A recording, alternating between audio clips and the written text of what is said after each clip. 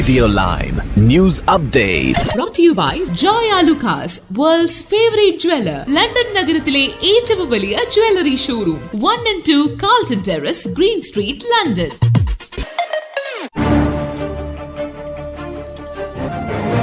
നമസ്കാരം, live news അപ്ഡേറ്റിലേക്ക് സ്വാഗതം.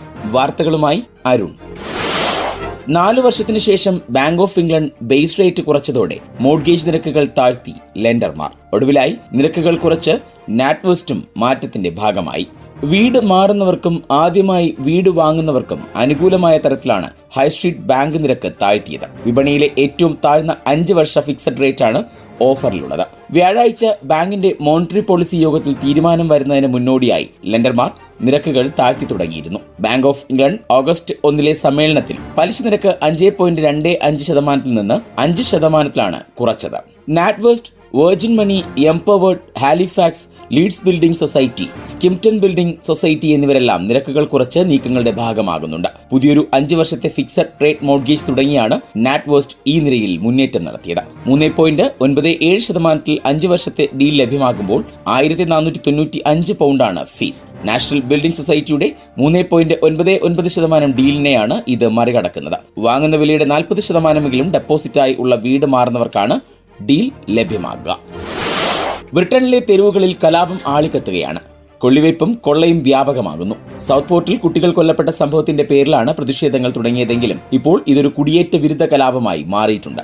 UK വിവിധ നഗരങ്ങളിലും പട്ടണങ്ങളിലുമുള്ള കമ്മ്യൂണിറ്റി സെന്ററുകളും ചാരിറ്റികളും പ്രാദേശിക ബിസിനസ്സുകളുമാണ് അക്രമകാരികൾ ലക്ഷ്യം വയ്ക്കുന്നത്. ഇതിനകം 400ഓളം പേരെയാണ് അറസ്റ്റ് ചെയ്തിട്ടുള്ളത്. വാഹനങ്ങൾക്ക് തീ കൊളുത്തുകയും ഷോപ്പുകൾ കൊള്ളയടിക്കുകയും ചെയ്യുന്നു. കുടിയേറ്റക്കാരെയും അഭയാർത്ഥികളെയും പാർപ്പിച്ചിട്ടുള്ള ഹോട്ടലുകളും അക്രമികൾ ലക്ഷ്യം വയ്ക്കുന്നു. അക്രമങ്ങൾ കൈവിട്ടു പോകുന്ന സാഹചര്യത്തിൽ പ്രധാനമന്ത്രി കീർ സ്റ്റാർമർ അടിയന്തര കോബ്ര യോഗം വിളിച്ചു. തീവ്ര വലത് തെമ്മാടികളെ നേരിടാൻ സ്പെഷ്യലിസ്റ്റ് ഓഫീസർമാരെ നിയോഗിക്കുമെന്നാണ് പ്രഖ്യാപനം. എക്സിലും ടെലഗ്രാമിലും ഫേസ്ബുക്കിലും ടിക്ടോക്കിലുമായി വിദ്വേഷം ആളിക്കത്തിക്കുന്ന പ്രചരണങ്ങൾ തുടരുകയാണ് തീവ്ര വലത് നേതാക്കൾ. ബ്രിട്ടനിലെ തെരുവുകളിൽ തീ ആളിക്കത്തിച്ച് തീവ്ര വലതനുകൂലികൾ രംഗത്തിറങ്ങിയതിന് പിന്നാലെ മറുപടി പ്രതിഷേധങ്ങളുമായി മുസ്ലിം വിഭാഗങ്ങൾ തെരുവിലിറങ്ങിയത് സ്ഥിതി കൂടുതൽ രൂക്ഷമാക്കി. ബർമിംഗ്ഹാമിലും പ്ലൈമൌത്തിലുമാണ് പ്രതിഷേധങ്ങൾ അരങ്ങേറിയത്. ലേബർ സർക്കാർ രൂപീകൃതമായ സാഹചര്യത്തിൽ ട്രെയിൻ ഡ്രൈവർമാർക്കായി ഇരട്ട അക്കത്തിലുള്ള ശമ്പള വർധന ആവശ്യപ്പെടാൻ റെയിൽ യൂണിയനുകൾ. കഴിഞ്ഞ മാസം ചർച്ചകൾ പുനരാരംഭിച്ചതോടെ ഡ്രൈവർമാർക്കായി ചുരുങ്ങിയത് 10% വർധന വേണമെന്നാണ് ASLEF യൂണിയൻ സർക്കാരിനെ അറിയിച്ചിരിക്കുന്നത്. ടോറി ഗവൺമെന്റ് ഓഫർ ചെയ്ത 8%-ത്തേക്കാൾ 0.5% അധികമാണ് യൂണിയൻ ആവശ്യപ്പെടുന്നത്. ഇത് നടപ്പായിരുന്നെങ്കിൽ ശരാശരി ട്രെയിൻ ഡ്രൈവറുടെ ശമ്പളം 60,000 പൗണ്ടിൽ നിന്ന് 65,000 പൗണ്ടിലേക്ക് ഉയരുമായിരുന്നു. ശമ്പള വർധന നൽകാൻ കർശനമായ തൊഴിൽ നിയമങ്ങൾ നടപ്പാക്കണമെന്ന പരിഷ്കാരങ്ങൾ ലേബർ ഗവൺമെന്റ് തള്ളണമെന്നും യൂണിയൻ ആവശ്യപ്പെടുന്നു. 10% ശമ്പള വർധന തള്ളാൻ ട്രാൻസ്പോർട്ട് സെക്രട്ടറി ലൂസി ഹേഗ് തയ്യാറായിട്ടില്ല. ചർച്ചകളിൽ ഇവർ നേരിട്ട് പങ്കെടുത്തിട്ടില്ല. എന്നാൽ ഇത് അംഗീകരിക്കാൻ തയ്യാറായാൽ ലേബറിനായി കാശ് മുടക്കിയത് യൂണിയനുകളാണെന്ന ആരോപണം ശക്തിപ്പെടും. ടോറികൾ മുന്നോട്ട് വെച്ച 8% ഓഫർ ASLEF മേധാവി മിക് വെലാൻ തള്ളിയിരുന്നു. ഇദ്ദേഹം ഹേഗിന്റെ അടുത്ത അനുയായിയും ലേബറിന്റെ ശക്തമായ നാഷണൽ എക്സിക്യൂട്ടീവ് കമ്മിറ്റി അംഗവുമാണ്. പണപ്പെരുപ്പം 2% താഴ്ന്ന സാഹചര്യത്തിൽ ലേബർ ഭൂരിപക്ഷം പബ്ലിക് സെക്ടർ ജോലിക്കാർക്കും 5.5% ശമ്പള വർധന അംഗീകരിച്ചിട്ടുണ്ട്. ജൂനിയർ ഡോക്ടർമാർക്ക് 22% വർധന ഓഫർ ചെയ്തെങ്കിലും തീരുമാനം ആയിട്ടില്ല. ഉരുൾപൊട്ടൽ നാശം വിതച്ച വയനാടിനെ പ്രാർത്ഥനയിൽ അനുസ്മരിച്ച് ഫ്രാൻസിസ് മാർപ്പാപ്പ. ഞായറാഴ്ച വത്തിക്കാൻ സെന്റ് പീറ്റേഴ്സ് ബസിലിക്കയിൽ നടന്ന പതിവ് മധ്യാഹ്ന പ്രാർത്ഥനയിൽ മാർപ്പാപ്പ കേരളത്തെ ഓർക്കുകയും ദുരിതബാധിതർക്ക് വേണ്ടി പ്രാർത്ഥിക്കുകയും ചെയ്തു. അതികഠിനമായ മഴയെ തുടർന്നുണ്ടായ ഈ ദുരന്തത്തിൽ മരണമടഞ്ഞവർക്ക് വേണ്ടിയും കഷ്ടതകൾ അനുഭവിക്കുന്നവർക്ക് വേണ്ടിയും ഫ്രാൻസിസ് മാർപ്പാപ്പ പ്രാർത്ഥിച്ചു. ലോകത്തിന്റെ നാനാഭാഗങ്ങളിൽ നിന്നുള്ള ലക്ഷക്കണക്കിന് വിശ്വാസികൾ സാക്ഷിയായി നിൽക്കെയാണ് ഫ്രാൻസിസ് മാർപ്പാപ്പ കേരളത്തെ പ്രത്യേകം പരാമർശിച്ചത്. ഉരുൾപൊട്ടലിൽ നിരവധി പേർ മരിച്ചതും വ്യാപക നാശനഷ്ടങ്ങളുണ്ടായതും മാർപ്പാപ്പ അനുസ്മരിച്ചു. ജീവൻ നഷ്ടമായവർക്കും ദുരിതബാധിതർക്കും വേണ്ടി തന്നോടൊപ്പം പ്രാർത്ഥനയിൽ പങ്കുചേരാൻ അദ്ദേഹം വിശ്വാസികളോട് ആഹ്വാനം ചെയ്തു. US president Joe Biden, Saudi രാജാവ്, കിരീടാവകാശി എന്നിവരടക്കം ലോക നേതാക്കൾ വയനാട് ദുരന്തത്തിൽ അനുശോചനം രേഖപ്പെടുത്തിയിരുന്നു. UK യൂണിവേഴ്സിറ്റികളിലേക്കുള്ള ആപ്ലിക്കേഷനുകൾ കുത്തനെ ഇടിയുന്നു. UK യൂണിവേഴ്സിറ്റികളിൽ സ്വദേശി വിദ്യാർത്ഥികളുടെ അപേക്ഷകൾ തുടർച്ചയായ 2ാം വർഷവും കുത്തനെ ഇടിഞ്ഞു. ഇതോടെ യൂണിവേഴ്സിറ്റിയിൽ അപേക്ഷ നൽകിയാൽ സീറ്റ് ലഭിക്കുമെന്ന് ഏറെക്കുറെ ഉറപ്പായി. സ്റ്റുഡന്റ് ലോണുകൾ കടക്കിണിയായി മാറുന്നതും ഗ്രാജുവേഷൻ നേടിയ ശേഷം ജോലി ലഭിക്കുന്നത് സംബന്ധിച്ചുള്ള ആശങ്കയുമാണ് അപേക്ഷകൾ കുറയാനുള്ള ഒരു കാരണമായി പറയുന്നത്. ഈ വർഷം ഇംഗ്ലണ്ടിൽ 1,00,000 വിദ്യാർത്ഥികൾ മാത്സ് A-ലെവൽ കടന്നിരുന്നു. മാത്സ്, കമ്പ്യൂട്ടിംഗ്, സയൻസ് എന്നിവയാണ് ജനപ്രിയമായ യൂണിവേഴ്സിറ്റി ഡിഗ്രികൾ. ജൂൺ അവസാനം വരെ യൂണിവേഴ്സിറ്റി സീറ്റുകൾക്കായി അപേക്ഷിച്ച 18 വയസ്സുകാരുടെ എണ്ണം 41.9%. 2023 ഇത് 42.1%, 2022 44.1%. ആദ്യമായാണ് തുടർച്ചയായി വാർഷിക കണക്കുകളിൽ താഴ്ച രേഖപ്പെടുത്തുന്നത്. സാധാരണമായി മെഡിസിനും അഭിമാനകരമായ റസൽ ഗ്രൂപ്പ് യൂണിവേഴ്സിറ്റികളിൽ പോലും ക്ലിയറിംഗിന് ശേഷം കൂടുതൽ സീറ്റുകൾ ബാക്കിയാകുമെന്ന് universities and colleges admission service chief executive Jo Saxton വ്യക്തമാക്കി. വർഷങ്ങളോളം സീറ്റുകൾ വർദ്ധിപ്പിച്ചതിന് ശേഷം രാജ്യത്തിന്റെ ചില ഭാഗങ്ങൾ പിന്നോട്ട് പോവുകയാണ് എന്ന് അവർ ചൂണ്ടിക്കാണിച്ചു. അതുകൊണ്ട് തന്നെ അപേക്ഷിച്ചാൽ സീറ്റ് ലഭിക്കുന്ന മികച്ച വർഷമായി ഇത് മാറും, സാക്സ്റ്റൺ ഓർമ്മിപ്പിച്ചു. ഇനി നാട്ടിലെ വാർത്തകൾ. 3 മാസത്തിനുള്ളിൽ 400 സ്ഥാപനങ്ങൾക്ക് പൂട്ടുവീഴും. തീരുമാനമെടുത്ത മോദി സർക്കാർ.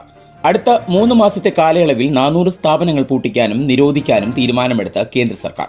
ഇന്ത്യയിൽ നിന്ന് അനധികൃതമായി പണം തട്ടുന്ന ചൈനീസ് കമ്പനികൾക്കെതിരെ ശക്തമായ നടപടി സ്വീകരിക്കാൻ നരേന്ദ്രമോദി സർക്കാർ ഉറപ്പിച്ചു കഴിഞ്ഞുവെന്നാണ് റിപ്പോർട്ടുകൾ.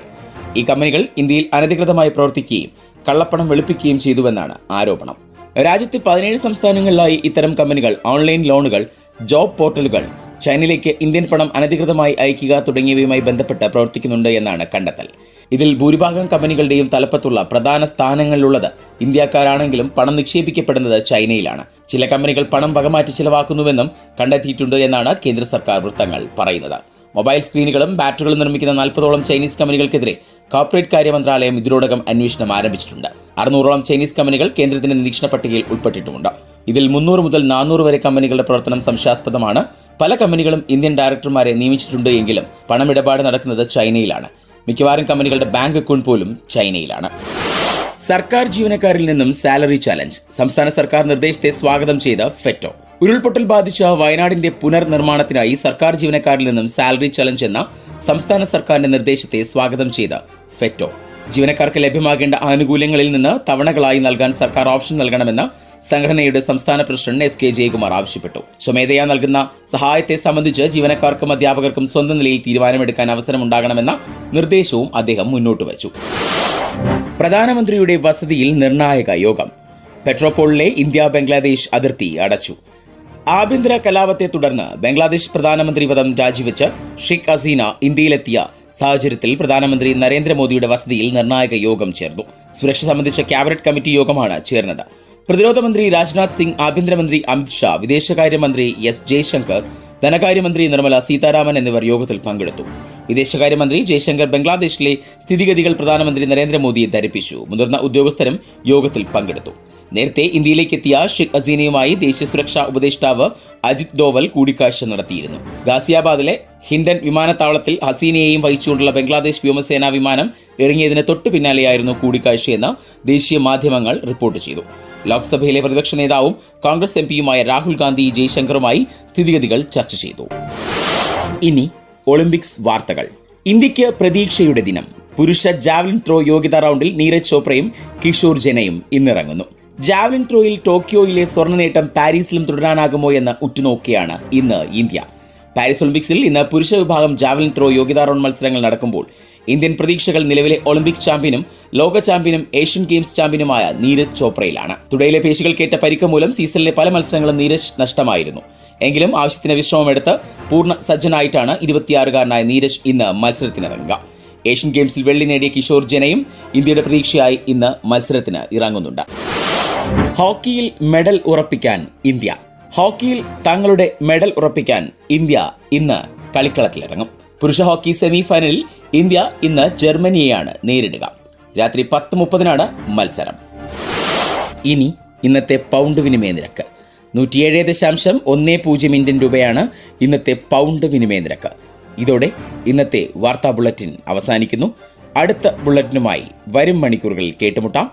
നന്ദി, നമസ്കാരം.